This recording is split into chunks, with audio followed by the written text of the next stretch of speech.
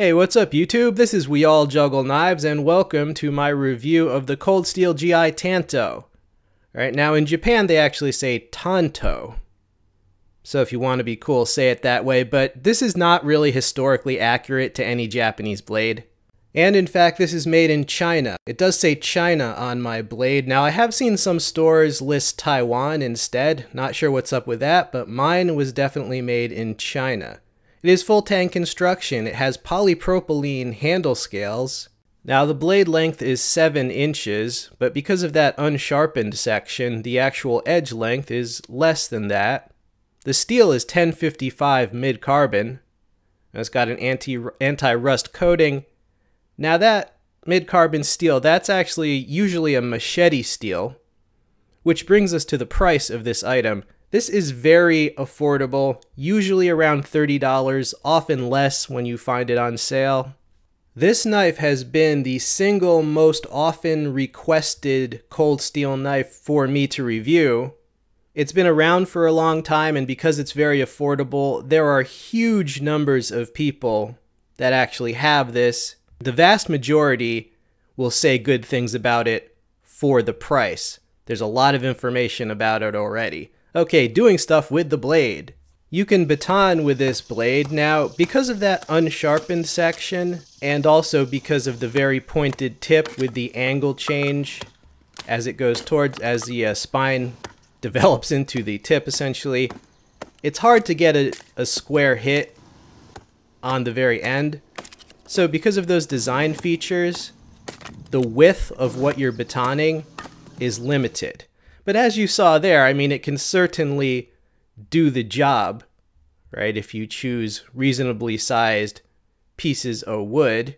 So I would say it's not optimized for batoning, but it can definitely do some batoning. Right? It can do general camp chores. It's a very versatile knife, even though it's quite unconventional to have that sub-tip on a camp knife. All right, the next activity, making shavings for your fire or for fire starting. The point, of course, being to increase the available surface area, right, of the pieces of wood. And the key to making shavings is picking wood that's easy to do it with and makes nice little curly cues that are very thin, but a sharp knife helps quite a bit.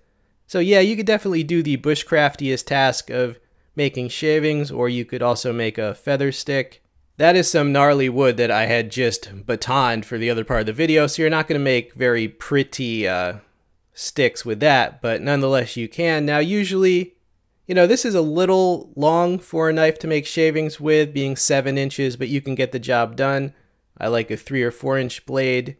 So again, much like with the batoning, it's not optimized for the task, but this thing is a jack of all trades, right? For the low price, it's pretty cool to get a blade that can do a little bit of everything and is basically the king of beaters. You see that's as pretty as it gets with that nasty wood, but I did my best, and that's one to grow on. No, I'm just kidding. Yeah, this is a jack of all trades. You can beat the crap out of it. It's kind of made to be beaten.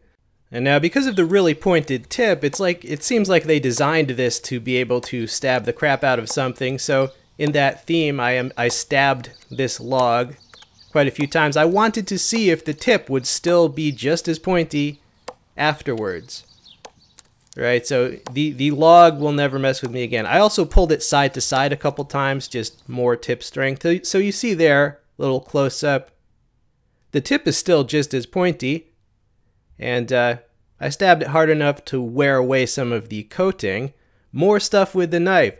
You can carve and whittle things with this knife. Another basic, I guess, camp or bushcrafty chore. If you wanted to make a spear or whatever you need to make, you can do. I usually use a small hatchet for this, but I want to show that you can do it if you only had just this knife.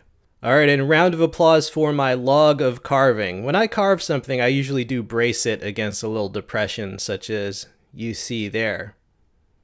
Right, and you see the sheath lying there. That will be shown coming up. So yeah, you can carve and you can whittle. I sped up the footage, of course. Not trying to make a hugely long video. Now I'm making a tent stake there because that piece of wood, again, it's just a remnant from splitting and batoning in other videos, so because of that shape of the piece of wood, it's going to be a spike, right? And if you want to know how it turned out after a lot more smoothing out, that is how it turned out, right? It is a tent stake, or not so bad if I do say so myself, but, it's also a zombie de-animator. And it's pretty amazing how many tent stakes I've made without actually ever, pitching a tent. But anyway, here's the Secure X sheath that comes with it. It holds it securely, as you can see. It's got a lot of slots and eyelets. There's the belt loop, right, with the snap closure, and it has a retaining strap also with the snap closure. You push off with your thumb like so, and it's fitted so it can click in, right, and it holds it pretty well. That's the other side. So yeah, that's the sheath that you get. It's definitely more the tactical variety sheath, but it does its job. All right, final thoughts on the GI Tanto. It's kind of like the ultimate beater knife for the price, because of the low price, but also because of the full tang construction. You see the guards, it's really just a one-piece design with some handle scales slapped on, which makes it a strong design. You can make shavings, you can baton, you can carve, you can whittle. I'm sure you could slice up a side of beef if you wanted to as well, or any other type of meat or food.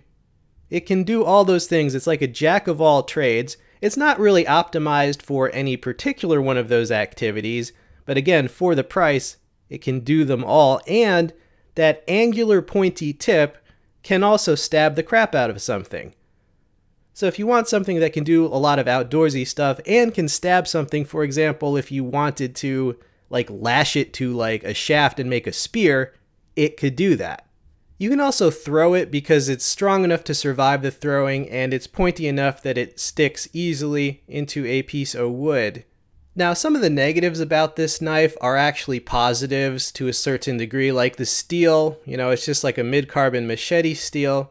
And this thing is not hardened as much as many knives, but those two factors make it really easy to resharpen in the field, which in this case I think is why they chose those. A lot of knives in this price range would be cheap stainless steel that would be more prone to chipping, right? So this is competitive in its price range, and basically I do recommend it for all the reasons I stated. But also, due to the tremendous amount of feedback, this has been around for a long time. A lot of people own it because it's affordable. And the consensus has been overwhelmingly positive from the people who actually own one. So I highly recommend it as a general purpose outdoor utility beater knife with a secondary capability as a weapon for those people who are on a budget. Right? You can also round off that sub tip. You can grind a little off and make it more conventional if you so choose. I will include Amazon links if you want to pick one of these up. Please try to use those links. They do help support the channel. I hope you enjoyed the video. This has been We All Juggle Knives.